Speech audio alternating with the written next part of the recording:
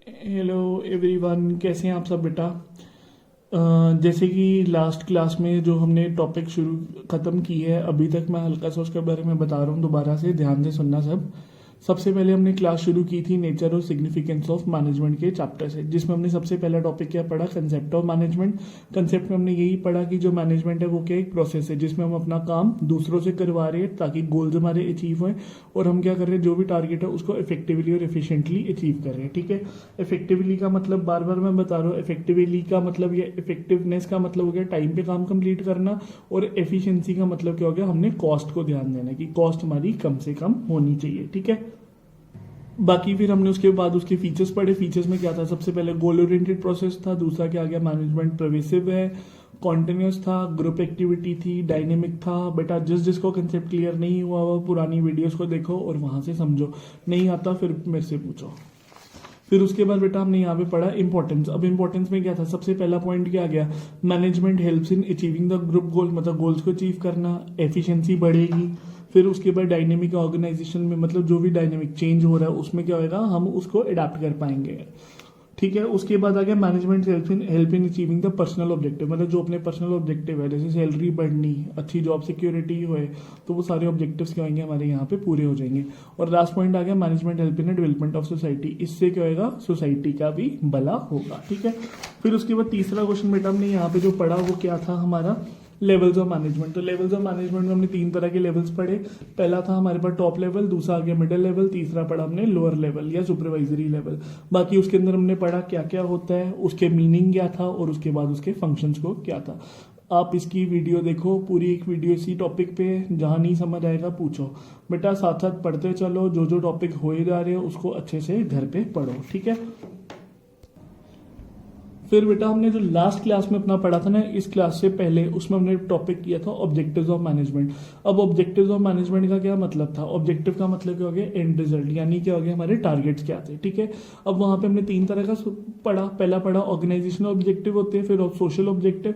देखो कोई भी बंदा है, अगर उसने कोई भी ऑर्गेनाइजेशन ज्वाइन की, तो उसका पहला मेन टारगेट क्या हो रहा होता है कि उस ऑर्गेनाइजेशन के बारे में सोचे। जैसी ऑर्गेनाइजेशन के बारे में सोचा, जैसी ऑर्गेनाइजेशन ऑब्जेक्टिव हमारे पूरे हो गए, फिर उसके बाद हमने किसके बारे में सोचना है, सोसाइटी के बारे में। सोसाइटी के बारे में सोचने के बाद हमने किसके बारे में सोचना है, पर्सनल, अपने बारे में सोचना है। अब ऑर्गेनाइजेशनल के ऑब्जेक्टिव क्या थे, सर्वाइवल हो, ज्यादा देर तक बिजनेस चले हमारा।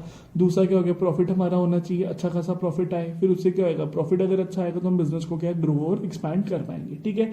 अब सोशल ऑब्जेक्टिव क्या हो गया, अच्छी क्वालिटी का सामान प्रोवाइड करना है, सस्ता प्रोवाइड करना है, एम्प्लॉयमेंट अपॉर्चुनिटीज प्रोवाइड करनी है, और जो भी हम सामान बना रहे हैं वो क्या है, हमारा इको फ्रेंडली मेथड से हम बनाए।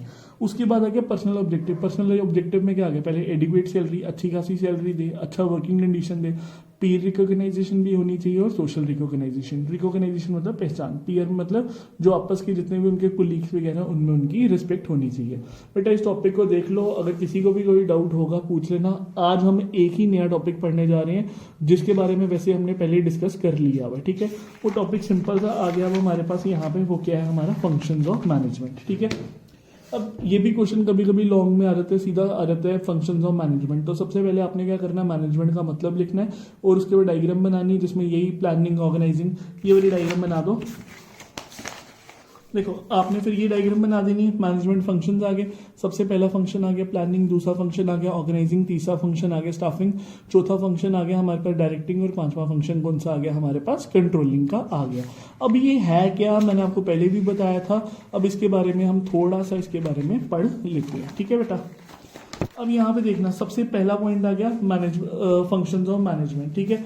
सबसे पहला पॉइंट क्या आ गया, प्लानिंग। प्लानिंग का मतलब क्या हो गया, प्लानिंग में क्या करते हैं हम, प्लानिंग आ गया हमारा प्राइमरी फंक्शन। प्राइमरी हो गया सबसे सिंपल पहला फंक्शन, ये बेस। अगर हमने प्लानिंग की, उसी के बाद हमारा ऑर्गेनाइजिंग होएगा, स्टाफिंग होएगा, डायरेक्टिंग होएगा, कंट्रोलिंग। मतलब प्लानिंग क्या है, हमारी एक बेस जिसके ऊपर बाकी सारे फंक्शंस चलेंगे। ठीक है।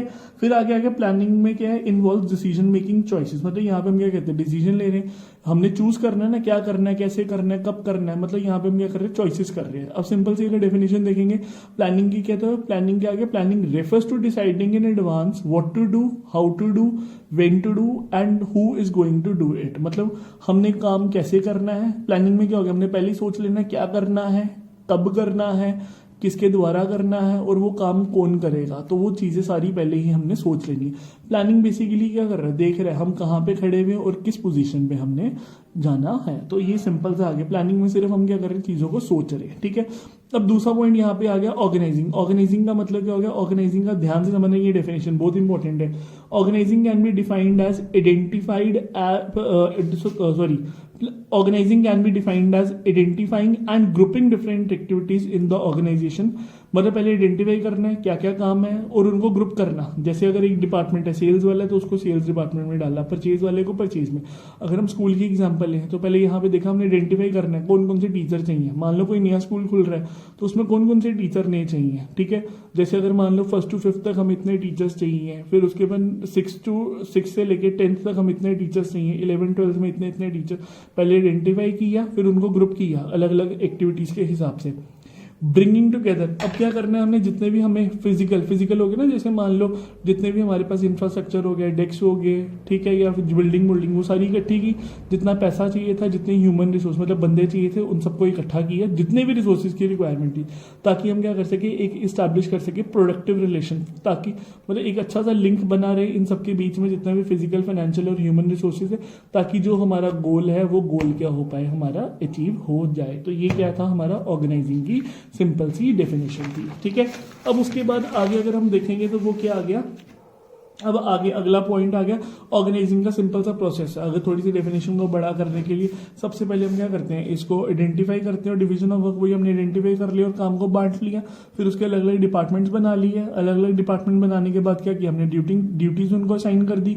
जब ड्यूटीज दे दी फिर उसके बाद क्या बन गया हमारा रिपोर्टिंग रिलेशनशिप, मतलब किसने आगे किसको जाके अपनी रिपोर्ट देनी है। जैसे किसी बंदे ने काम किया वो आगे आके किसको बताएगा, वो सारा यहाँ पे हमें पता चल जाएगा, ठीक है। अब उसके बाद अगला पॉइंट आ गया बेटा हमारे पास स्टाफिंग। स्टाफिंग का सिंपल सा मतलब क्या हो गया, जितनी भी सारी एक्टिविटीज है एम्प्लॉय की, वो सारी किस में आएंगी, हमारी स्टाफिंग। मतलब किसको लेना है, कैसा एम्प्लॉय चाहिए।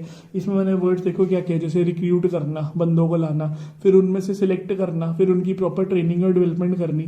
मतलब इसमें क्या एस्टिमेट करना हमने कितना बंदा ऑर्गेनाइजेशन में चाहिए, ताकि हमारी ऑर्गेनाइजेशन की जो जरूरतें वो पूरी हो पाए, ठीक है। ये आ गया तीसरा फंक्शन। चौथा फंक्शन बेटा यहाँ पे हमारे पास क्या आ गया, सिंपल सा डायरेक्टिंग। डायरेक्टिंग का मतलब मैंने आपको पहले भी बताया था, इंस्ट्रक्शंस देना है, ठीक है। इंस्ट्रक्शंस देना मतलब एम्प्लॉयज को क्या करना, मोटिवेट करना, ऑब्जर्व करना, उनको कैसे काम कर रहे हैं प्रॉपरली सुपरवाइज करना और उनको गाइड करते रहना, ताकि कोई भी टारगेट जो है वो हमारे टारगेट्स पूरे अचीव हो और कहीं पे भी वेस्टेज ना हो, ठीक है। उसके बाद अब कम्युनिकेट करना एम्प्लॉयज के साथ और heading employees towards the achievement. मतलब जितने भी एम्प्लॉयज है उनका मेन टारगेट क्या होना चाहिए, जो ऑर्गेनाइजेशन का गोल है वो क्या हो, अचीव हो जाए, ठीक है। अब डायरेक्टिंग का अगर देखेंगे तो उसके अंदर 4 चीजें आती है। पहला क्या आ गया मोटिवेशन, दूसरा आ गया हमारा सुपरविजन, तीसरा पॉइंट यहाँ पे आ गया हमारे पास लीडरशिप और चौथा पॉइंट यहाँ पे क्या आ गया हमारे पास कम्युनिकेशन, ठीक है। तो यहाँ तक हमारे क्या हो गया डायरेक्टिंग कंप्लीट। अब उसके बाद अगला पॉइंट यहाँ पे आ गया कंट्रोलिंग। कंट्रोलिंग में मैंने आपको पहले भी बताया था फर्स्ट वीडियो में, कंट्रोलिंग का मतलब क्या हो गया, कंट्रोल करना। मतलब मान लो अगर मैंने 1000 टारगेट सोचा कि मैंने 1000 टी शर्ट्स को बनाना है, लास्ट में क्या हुआ 800 ही बनी, तो मतलब क्या हो गया 200 का क्या आ गया डिफरेंस। तो वही मेरे को देखना है कि काम मेरा वैसा हो कि डिफरेंस ना आए, ठीक है। अब यहाँ पे वही आ गया ना ensures work accomplishment as per plan. मतलब जो हमने काम सोचा है वो काम हमारा पूरा होना चाहिए। दूसरा पॉइंट आ गया वही कंपेयर करना एक्चुअल वाले को किसके साथ, प्लान परफॉर्मेंस के साथ, कितना सोचा था और कितना हुआ। अगर कल को कोई डिविएशन निकलती है तो वो किसकी वजह से निकल रही है, देखो लिखा है ना, एनी डिविएशन फ्रॉम एक्सपेक्टेशन के standard is due to the lack of controlling. मतलब जो भी हमारी डिविएशन निकल रही है, मतलब जो हमारा स्टैंडर्ड रखा था अगर स्टैंडर्ड मैच नहीं हो रहा और कोई डिविएशन निकल रही है तो वो किसकी वजह से, हमारी कंट्रोलिंग में कमी है। और फिर देखना है उन डेफिशिएंसीज को पूरा करना है, ताकि जो हमारा कल को जो एक्चुअल है जितना हमने सोचा था वो उतना हम टारगेट को अचीव भी कर पाए। तो ये हमारे बेटा 5 तरह के मेन फंक्शन से। पहला पॉइंट आ गया प्लानिंग, दूसरा आ गया हमारे पास ऑर्गेनाइजिंग, तीसरा पॉइंट यहाँ पे आ गया हमारे पास स्टाफिंग, चौथा पॉइंट आ गया डायरेक्टिंग और 5वां क्या आ गया हमारे पास कंट्रोलिंग। तो ये 5 फंक्शंस के साथ हमारा जो मैनेजमेंट का प्रोसेस है वो क्या हो जाता है, पूरा हो जाएगा, ठीक है। अगर आपको सिंपल सा क्वेश्चन आए, आपने क्या करना है, सबसे पहले मीनिंग लिखना है मैनेजमेंट का, फिर आपने क्या करना है, फिर आपने ये वाली डायग्राम बना देनी है पेपर में और उसके बाद 5 पॉइंट्स को आप क्या करोगे, उसको एक्सप्लेन कर दोगे, ठीक है। बेटा आज के लिए बस इतना ही है, यही आपने क्वेश्चन लिखना है, मैनेजमेंट क्या है और उसके फंक्शन क्या है। बेटा साथ साथ नोट्स बनाते जाओ, चेक करवाते जाओ और घर पे पढ़ते चलो। थैंक यू सो मच बेटा।